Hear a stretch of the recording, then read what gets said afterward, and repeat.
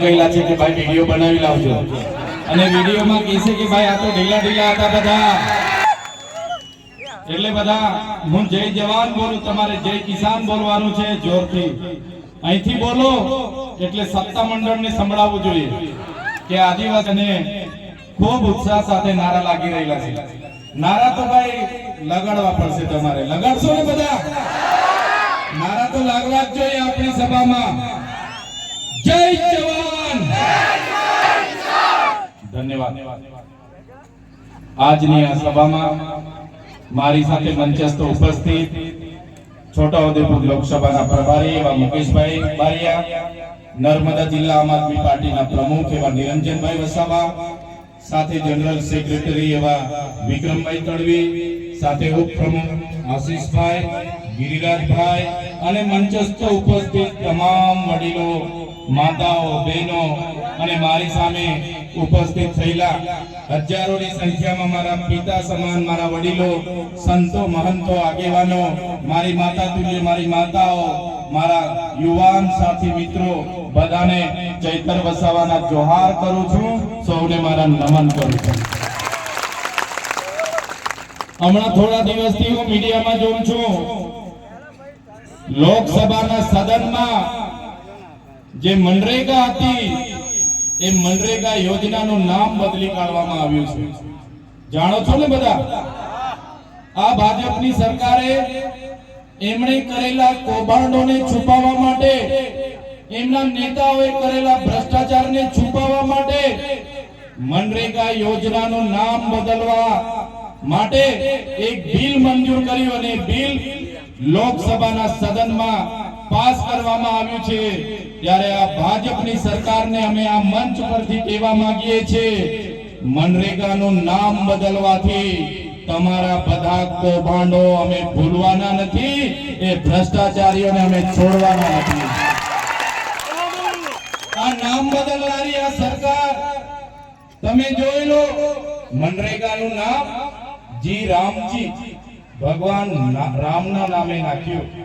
જી રામજી, અમારા વડીલો, અમારા સંતો, અમારા મહંતોએ અમને કીધું રામજી તો આપણા હૈયે વસે છે, છતાં આ ભાજપની સરકાર ભગવાન રામને પણ એમના કૌભાંડો છુપાવવા માટે ઉપયોગ કરે છે.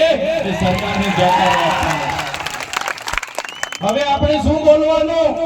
આપણે મનરેગાના કૌભાંડ, મનરેગાના ભ્રષ્ટાચાર આવું બોલતા હતા. હવે એવું ના બોલે, એમ જે ભાજપ વાળાને શરમ આવે એટલે હવે જી રામજી નામ રાખ્યું એટલે હવે આપણાથી જી રામજીના કૌભાંડ એવું બોલાય? ના બોલાય. જી રામજીના કૌભાંડ આપણાથી બોલાય? ના બોલાય. જી રામજીના ભ્રષ્ટાચારીઓ આપણાથી બોલાય? ના બોલાય. એટલે આ નામ બદલવાની આ સરકારની જે આવડત છે, એ સરકારને ઘડીકમાં નામ બદલે, ઘડીકમાં મંત્રીમંડળ બદલે, પણ આ મંચ પરથી હું કહેવા માંગુ છું, વડીલો, મારી માતાઓ, મારા યુવાનો, જો તમારો સહકાર આ જ રીતે અમને મળતો રહ્યો તો 2027 માં એની સરકાર અમે બદલી નાખીશું.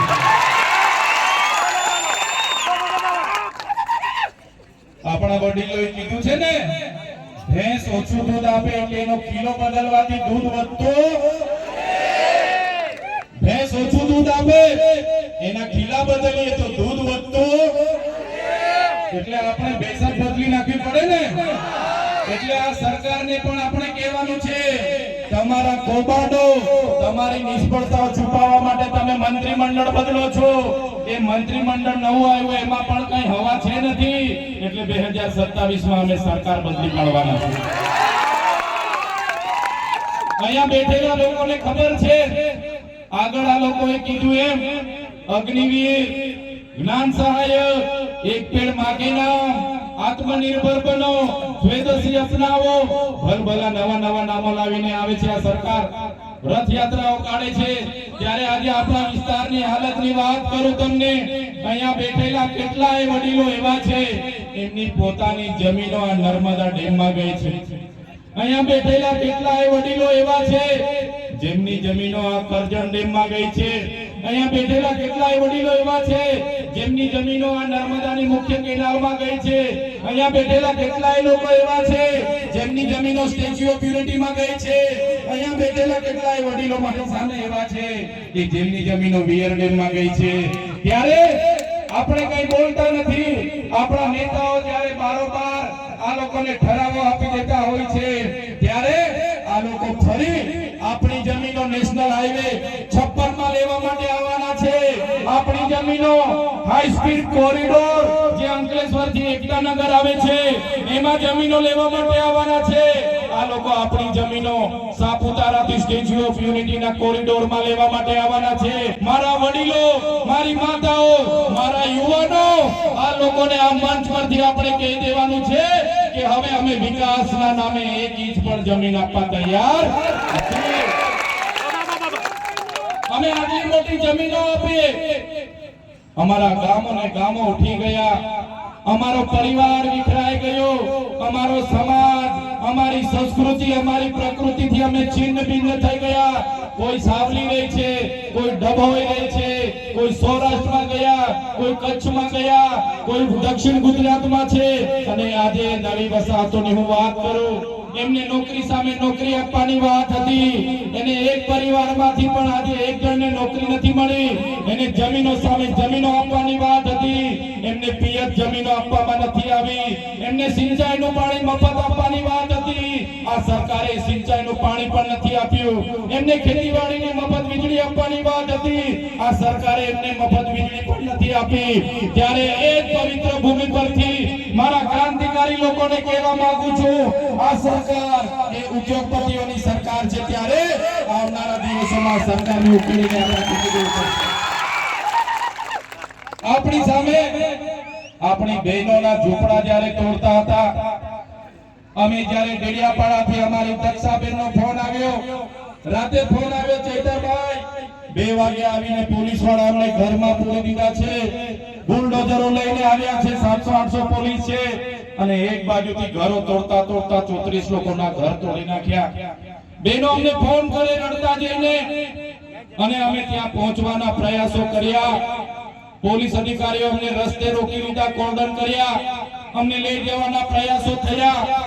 ત્યારે એક કેવડિયાવાળી બહેનો બિચારાના ઘરો તોડી નાખ્યા. મારા સાથીઓ, જે લોકોએ ડેમમાં જમીનો આપી, જે લોકોએ વિયર ડેમમાં જમીનો આપી, જે લોકોને રોજગારીના નામે સ્ટેચ્યુ ઓફ યુનિટીમાં જમીનો આપી, આ લોકો સ્ટેચ્યુ ઓફ યુનિટીમાં રોજગારી આપીશું એમ કરીને જમીનો તો છીનવી લીધી, પણ રોજગારી ન મળીને આપણી બહેનો નાની દુકાનો ચલાવતી હતી. એ દુકાનો પર પણ બુલડોઝર ફેરવવામાં આવ્યો. ત્યારે આવનારી ચૂંટણીમાં આ લોકોને એ બુલડોઝર ફેરવવાવાળા ભાજપના નેતાઓને ઈંટનો જવાબ પથ્થરથી આપણે આપી દેવાનો છે. શું વાંક હતો એ કેવડિયાની બહેનોનો? શું વાંક હતો એ ગરુડેશ્વરના લોકોનો? એમણે જમીનો આપી એ વાંક? એમણે નર્મદામાં જમીનો આપી આપણો ગુનો છે? આપણે વિયર ડેમમાં જમીનો આપી આપણો ગુનો છે? આપણે સ્ટેચ્યુ ઓફ યુનિટીમાં જમીનો આપી આપણો ગુનો છે? તો પછી કેમ આપણી બહેનોના ઘરો તોડવામાં આવ્યા? આજ કેવડિયાના ટ્રાઇબલ મ્યુઝિયમની વાત કરો. મારા આદિવાસી સમાજના 2 યુવાનો, ગબાડાનો યુવાન મારો જયેશભાઈ તડવી અને બીજો એક યુવાન રાતે જમ્યા પછી બેસવા ગયા. પોતાના ગામના ડુંગર પર બેઠા હતા. એમને શું ખબર હતી કે બહારના લોકો આવીને એમને પકડીને મારી નાખશે. એ બંને યુવાનો એકને એક દીકરા હતા, પોતાના પરિવારના કમાનાર વ્યક્તિ હતા. બહારના કોન્ટ્રાક્ટરના માણસોએ એમને માર્યા, એમને બાંધી મૂક્યા. એટલો માર માર્યો, મારા ભાઈઓના આખા શરીર કાળા થઈ ગયા. એમની સરકારનો એક પણ નેતા એ પરિવાર સાથે નહોતો, પોલીસ એ પરિવાર સાથે નહોતી. અમે અમારી પૂરી ટીમ સાથે દવાખાને ગયા અને મરનાર દીકરાઓને ન્યાય મળવી જોઈએ, એફઆઈઆર થવી જોઈએ એ વાત અમે કરી અને બાદમાં પોલીસ અને સરકાર સક્રિય અને એક્શનમાં આવી.